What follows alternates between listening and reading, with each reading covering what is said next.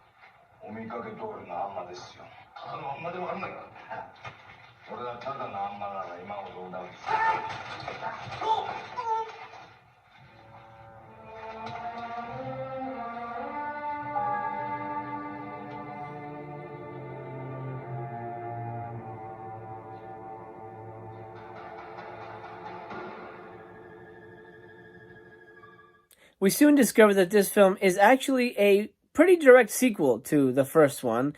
This one is set a year after the events of Part 1.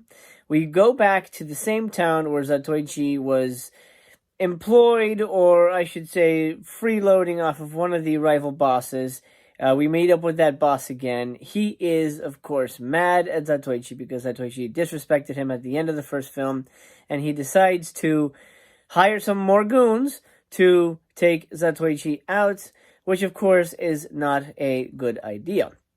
This is to compound the fact that the original Lord's vassals are still sending goons his way. As a matter of fact, there's a great scene by a riverside that I'd like to show you now, which I think just sort of demonstrates what this movie is really all about.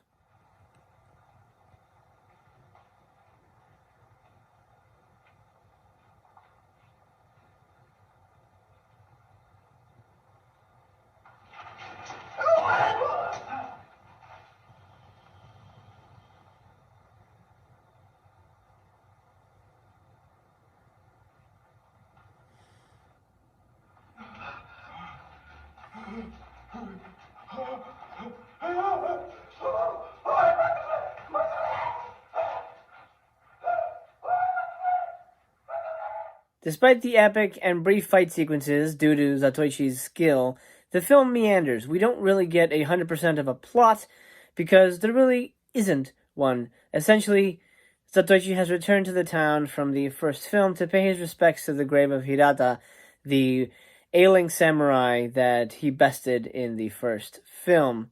While there, that is when he encounters different sorts of goons for various reasons. Now, at the same time, there is a mysterious samurai that is prowling the area. He is a criminal. He's on the run. We don't know how he factors into the story. We don't really know what his connection is to Zatoichi.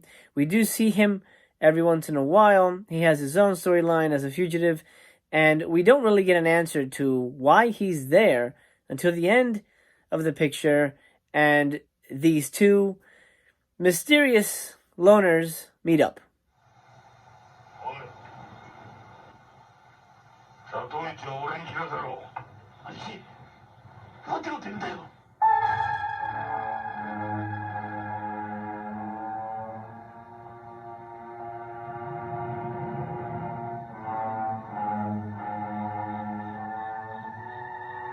貴、やめてくれよ。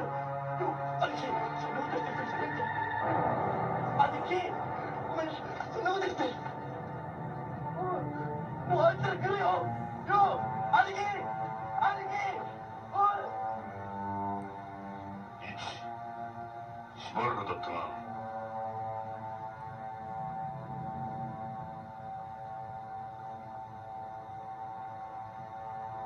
しばらくだね。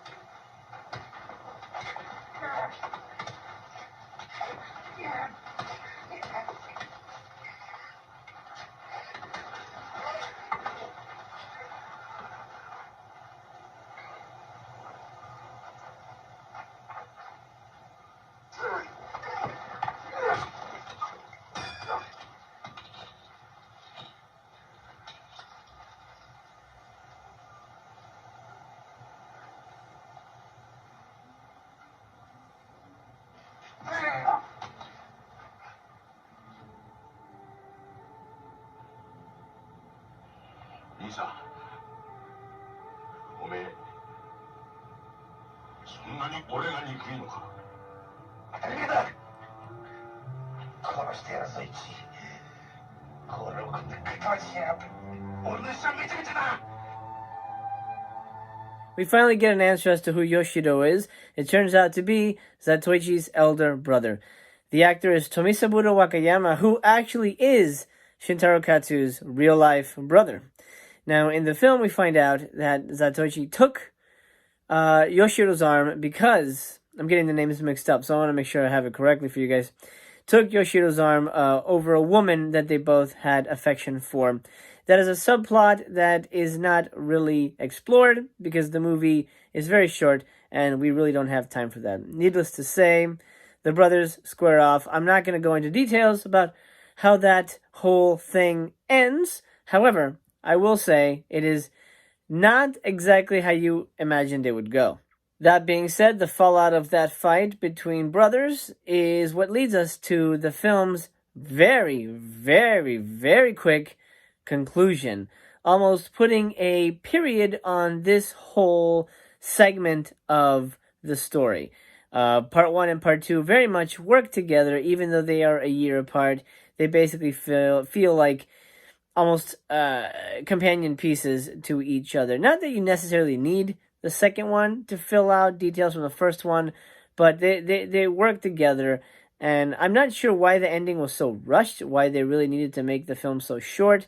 I assume their shooting schedules were very tight and they needed to get this movie out. I know this was shot within months of the first film, so that may have led to the fact that this movie was as short and truncated as it is.